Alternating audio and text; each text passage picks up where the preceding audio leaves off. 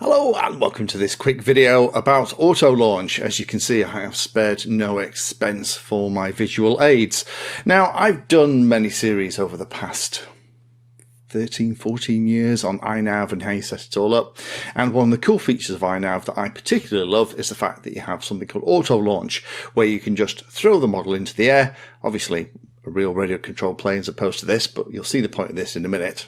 Auto launch is detected and INAV will fly the model into the sky, as my friend says, like a homesick angel.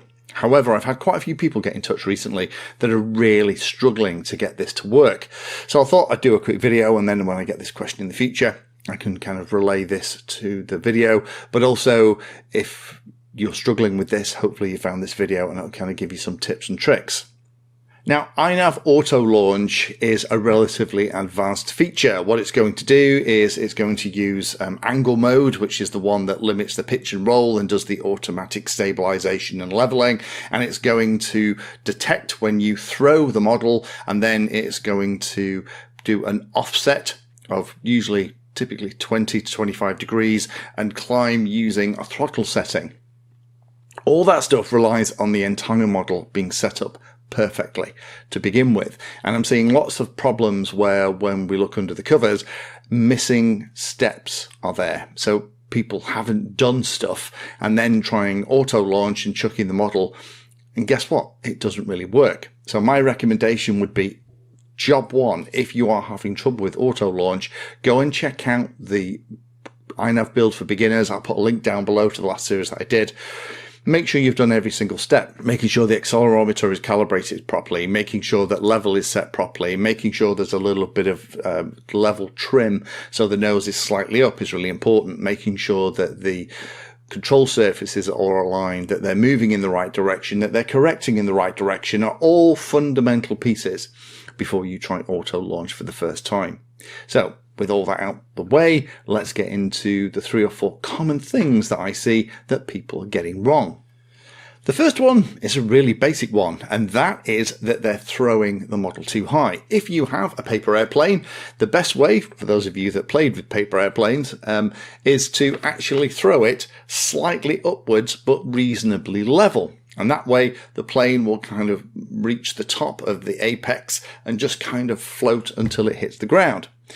If you throw it too high, then what happens is the plane runs out of momentum, kind of stalls, flips over and smashes into the ground. And a lot of the videos that I'm seeing, that's exactly what's happening. Now, I did a poll a while ago where I asked about what people's opinion were about the different ways of launching. Lots of different opinions are out there. Many of them are dearly held. My own particular one is I like to be able to throw a model single-handed like this, like it's a paper airplane. Holding it, usually I put things like anti-slip tape, actually Yoo-hoo pour some wet and dry 600 sandpaper in the key points, and just throw the blooming thing, and then let INAV do the rest. The challenge is when you actually throw a full-size radio control plane or wing into the air, if you throw it too high, then what happens is it will stall, one of the wings will go over, and it'll spiral down into the ground. So that's one of the big things that I would say if you are doing this. Watch my videos on how I launch this stuff in my maiden flights. You will see me and my friends launching these things on a slight upward angle and just giving it a blooming good throw. The next common issue I see is that it's taking too long to get into thrust. What do I mean by that? Well, when the prop is spinning, it's going to push air backwards, and that is going to propel the model forwards. Under a certain airspeed, the wings are not going to generate lift on your model. So it's really important that the model gets over that stall speed so that the wings are generating lift and it can rise gracefully into the sky. Lots of people don't like in auto launch to have the prop spinning before you throw the aircraft. I personally do, and I have the idle setting for the throttle in auto launch set so when I arm the model I get the beeping noise. It tells me I'm in auto launch. It'll come up on the on-screen display as well. I put the throttle to the maximum position, the prop starts spinning at the back, and not spinning hugely, usually about 1400, so it's kind of below half throttle. That is a visual indicator to me that it is armed and ready to throw. As soon as I throw it, then that prop is going to spin up to a high rate of knots, usually 1900, and that then is going to generate the thrust. It's going to start accelerating, and it's going to get into the air. If there's too much time between you throwing it and the thrust actually coming in, the motor starting, or the motor setting's too low, then what happens is the plane starts to go along, one of the wings stalls, and you have that same nose into the ground. So it might be that you need to maybe start the prop pre-spinning, which is how I do it here, or make sure that you are reducing the time after throw so that it gets into the air very quickly, because the prop, as soon as you throw it, is pushing it and accelerating it, getting over that stall speed. The last one that I see is all about that throttle max setting. As I talked about, there's two throttle settings in Autolaunch. One is the idle, which is the one that's going to run at when you set the throttle to the high position initially. It's just going to sit at that level. By default, it's zero throttle, so the motor isn't turning at all.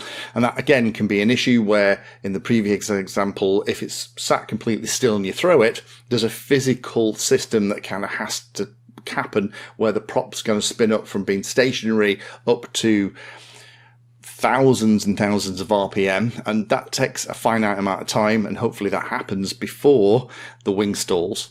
But you can also potentially have issues where you set the maximum throttle at the incorrect value. And there's two issues that I see regularly here.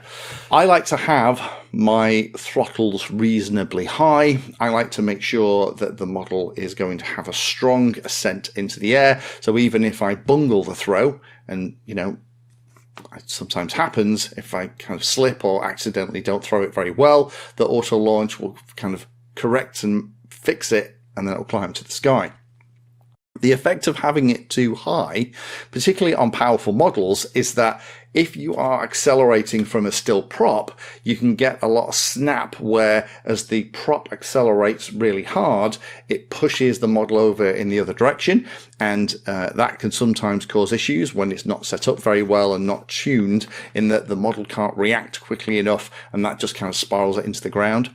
Very powerful models, things like the TBS Geppetto on 6S, only need a throttle max value for Autolaunch of about 1700. Any more than that is just going to help the model turn over, stall, and go into the ground.